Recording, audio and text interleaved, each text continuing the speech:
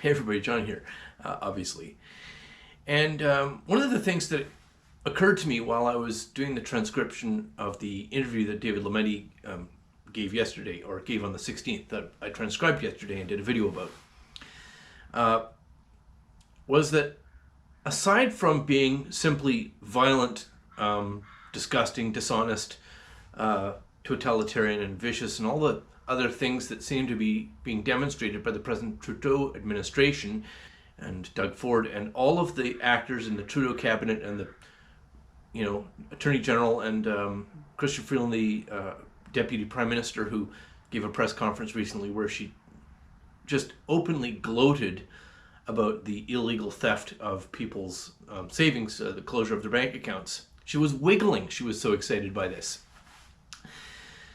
It occurred to me that there's a game being played and a trap being laid for Canadians that they must not step into. And this was signaled to me by a tweet that I saw, a screenshot of, from the City of Ottawa bylaw enforcement officer or office, which was ostensibly aimed at truckers, but I think was aimed at everybody. And it said to the truckers, and I'm going to paraphrase because I don't have it in front of me, although I'll put it on the screen when I edit this.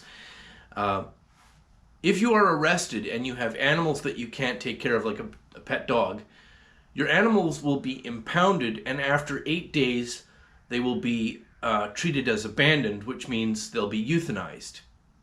So the bylaw enforcement officer has tweeted, supposedly to the truckers, but really for everybody to see, hey, do what you're told or we will kill your dog. And when I first saw that, I just thought, well, for God's sake, like, that's monstrous, obviously, but also incredibly stupid because, I mean, that's the plot of a popular movie called John Wick. And is that what they want? Like, do they want people to be so enraged that city officials are now targeted for, like, violent rage from people because you're kidnapping and murdering their pets? And then I realized, yes, actually, that is what they want. That's the trap. They chose that particular thing to threaten because it is something they know is going to have a huge emotional resonance with people who are not psychopaths. If you threaten, to murder someone's child, obviously you're clearly a monster. You've lost all moral legitimacy, legal legitimacy. You need to be, put in a in a home for the mentally challenged.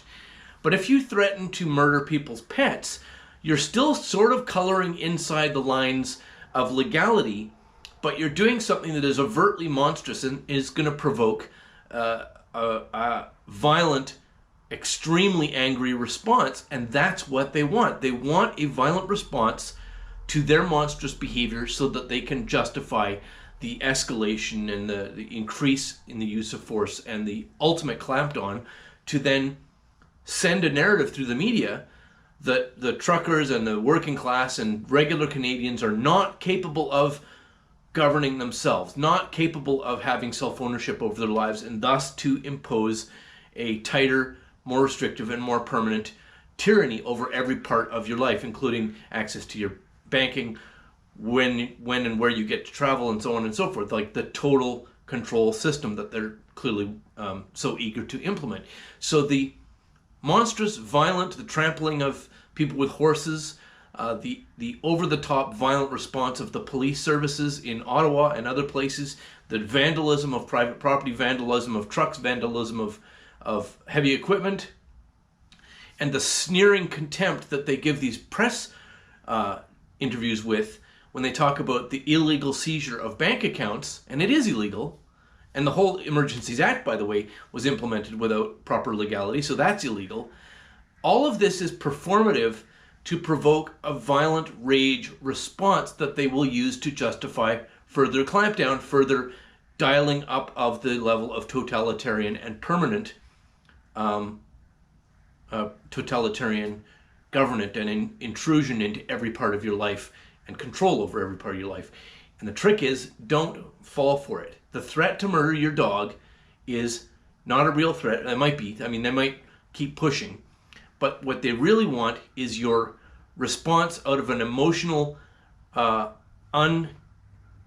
unplanned rage so that they can then hold up that response and say, well, this is characterizing the people that you're supposedly sympathizing with as having had their human rights trampled on.